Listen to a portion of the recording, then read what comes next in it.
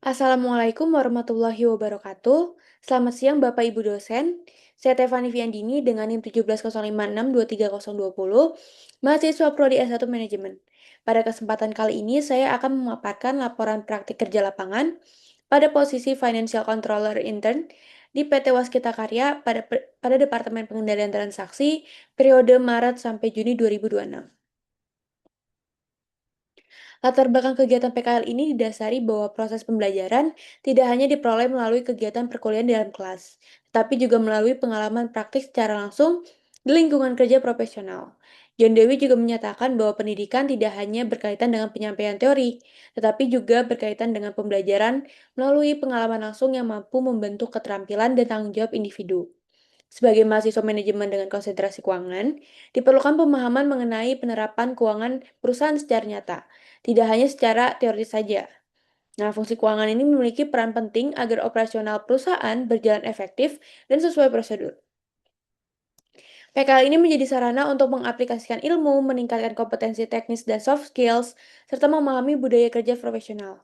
Oleh karena itu, PKL dilaksanakan di PT Waskita Karya untuk memperoleh pengalaman langsung dalam proses pengelolaan keuangan perusahaan. PT Waskita Karya ini merupakan BUMN atau yang sekarang dikenal Danantara yang bergerak di bidang konstruksi. PT Waskita Karya ini didirikan pada tanggal 1 Januari tahun 1961 dan dikenal sebagai salah satu perusahaan yang memiliki kontribusi besar dalam pembangunan nasional. Perusahaan ini dulunya perusahaan Belanda yang kemudian diambil alih oleh pemerintah Indonesia.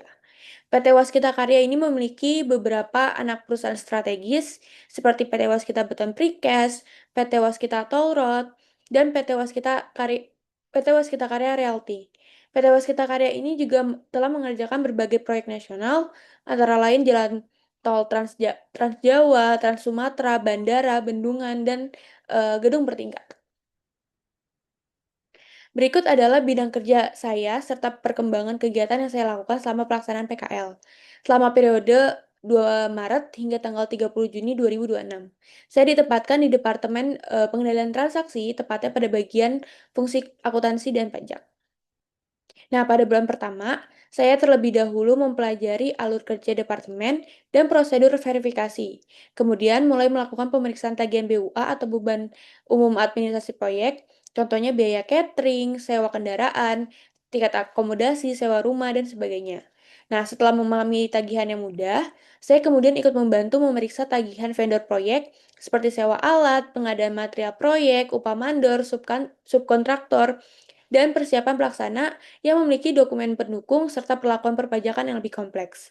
Selanjutnya, saya mempelajari pemeriksaan tagihan jaminan yang kemudian dilanjutkan dengan memeriksa tagihan perpajakan yang meliputi PPN dan PPh.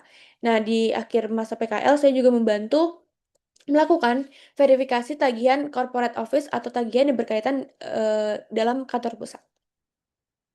Nah, selanjutnya ada alur kerja proses verifikasi tagihan di Departemen Pengendalian Transaksi atau DPT. Jadi, proses dimulai ketika vendor atau divisi terkait mengajukan dokumen tagihan kepada Departemen Pengendalian Transaksi untuk dilakukan pemeriksaan sebelum pembayaran dapat diproses. Nah, selanjutnya, tim verifikator DPT ini melakukan pemeriksaan terhadap dokumen pendukung. Pada tahap ini, dilakukan pengecekan apakah seluruh dokumen itu telah lengkap, data yang tercantum sudah sesuai, dan pengenaan pajaknya itu telah mengikuti ketentuan yang berlaku. Nah, apabila ditemukan ketidaksesuaian atau dokumennya itu belum lengkap, biasanya tagihan tersebut tuh dikembalikan kepada divisi atau proyek yang terkait untuk diperbaiki. Nah, sebaliknya, apabila seluruh persyaratan telah terpenuhi, tagihan itu dinyatakan verified dan diterbitkan kertas kerja sebagai hasil verifikasi. Nah, kertas kerja ini kemudian menjadi dasar penerbitan surat hasil verifikasi sebelum diteruskan ke divisi keuangan untuk diproses pembayarannya. Nah, selama pelaksanaan PKL ini, saya terlibat langsung dalam beberapa tahapan proses tersebut, yaitu membantu memverifikasi dokumen tagihan, memastikan kelengkapan dan kesesuaian dokumen pendukung, memeriksa ketepatan pengenaan pajak, serta membantu menyusun kertas kerja sebagai hasil dari proses verifikasi. Kemudian ini analisis utama yang saya peroleh dalam melaksanakan, PKL di Departemen Pengendalian Transaksi. Yang pertama, terkait verifikasi dokumen. Jadi salah satu tugas utama saya adalah membantu memeriksa kelengkapan dan kesesuaian dokumen, sebelum pembayaran diproses. Nah, dokumen yang diperiksa ini meliputi invoice atau kwitansi, kontrak, berita acara, faktur pajak, hingga dokumen pendukung lainnya. Nah, melalui proses ini saya memahami bahwa proses, verifikasi dokumen itu bagian penting dari pengendalian internal perusahaan karena bertujuan memastikan setiap transaksi itu telah memenuhi prosedur serta meminimalkan resiko kesalahan maupun penyimpangan. Kedua, penggunaan sistem SAP. Selama PKL, saya juga menggunakan SAP untuk membantu proses verifikasi tagihan dan melakukan pengecekan dokumen yang telah diunggah ke dalam sistem. Dari pengalaman tersebut, saya memahami bahwa, SAP sebagai sistem tidak hanya berfungsi sebagai tempat penyimpanan data saja, tetapi juga mengintegrasikan informasi antar, divisi, sehingga proses verifikasi ini menjadi lebih cepat dan efisien.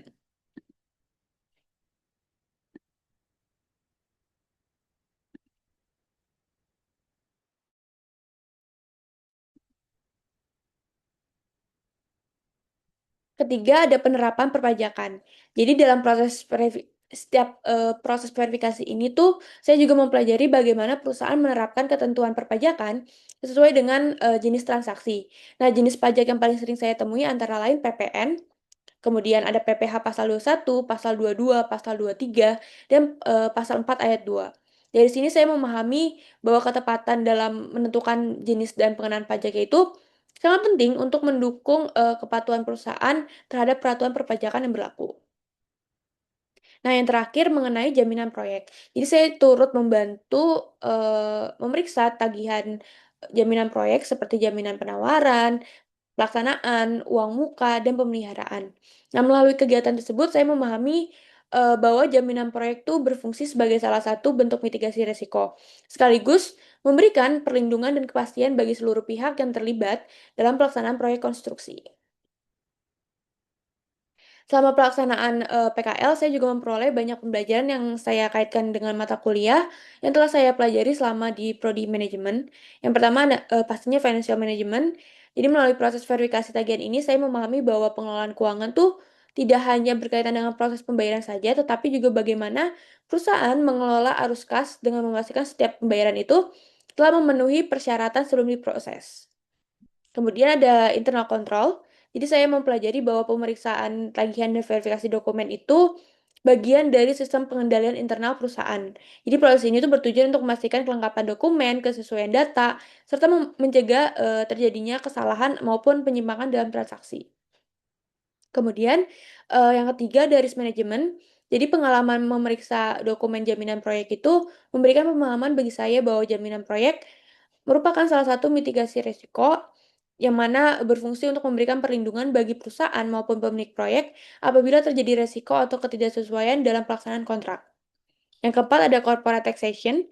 Jadi selama proses verifikasi ini, saya juga mempelajari penerapan berbagai jenis pajak seperti PPN, PPh pasal 21, 22, 23, pasal 4, dan ayat 2. Saya memahami bahwa setiap jenis transaksi ini tuh memiliki perlakuan perpajakan yang berbeda sehingga ketepatannya itu sangat penting, untuk menghindari kesalahan. Nah, yang terakhir ada Financial Information System. Jadi saya memperoleh pengalaman menggunakan sistem SAP dalam proses verifikasi tagihan. Nah, penggunaan SAP ini membantu proses pemeriksaan menjadi lebih terintegrasi, meningkatkan akurasi data, serta mempercepat koordinasi antar divisi.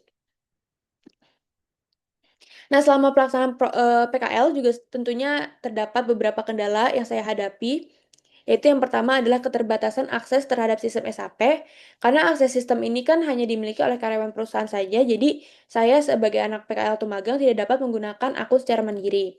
Nah, untuk mengatasi hal tersebut, saya memanfaatkan kesempatan belajar melalui pendampingan mentor, mengamati proses verifikasinya secara langsung, serta aktif bertanya mengenai tahapan penggunaan SAP, sehingga tetap dapat memahami alur kerja sistemnya. Kemudian kendala berikutnya adalah banyaknya variasi dokumen tagihan. Jadi setiap jenis tagihan ini tuh, memiliki persyaratan persyaratan dokumen yang berbeda, sehingga saya membutuhkan waktu untuk mengenali karakteristik masing-masing. Nah, solusi yang saya lakukan adalah membuat catatan atau notes kecil mengenai dokumen yang harus dipenuhi pada setiap jenis tagihan, serta, memastikan kepada mentor apabila menemukan dokumen yang belum pernah saya temui sebelumnya. Nah, selain itu saya juga menghadapi kompleksitas, dalam aspek perpajakan. Mungkin selama kuliah saya belum terlalu mendalami secara teori. Nah, selama PKL ini saya menemukan, berbagai jenis pajak dengan perlakuan yang berbeda-beda setiap jenis transaksinya.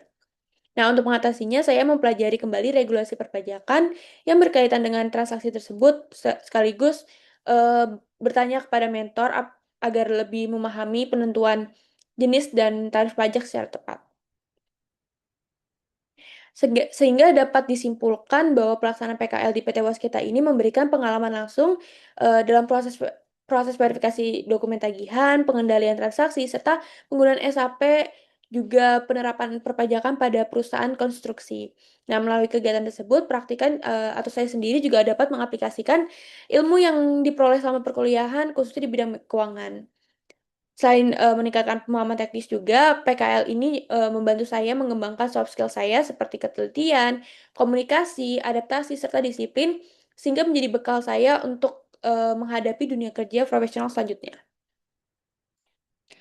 Nah, sebagai penutup saya ingin menyampaikan beberapa saran mungkin untuk perusahaan agar memperbanyak sistem atau memperbanyak sesi, sharing knowledge mengenai proses bisnis antar departemen, agar peserta magang itu memperoleh pemahaman yang lebih luas mengenai perusahaan. Kemudian untuk program studi saya sendiri, saya menyarankan, untuk memperbanyak studi kasus, perpajakan, kemudian memperkenalkan sistem ERP atau, ERP seperti SAP contohnya, dan meningkatkan pembelajaran berbasis praktik agar lebih sesuai dengan kebutuhan industri kerja saat ini. Demikian pemaparan yang dapat saya sampaikan. Terima kasih atas perhatiannya. Mohon maaf apabila ada kesalahan kata. Wassalamualaikum warahmatullahi wabarakatuh.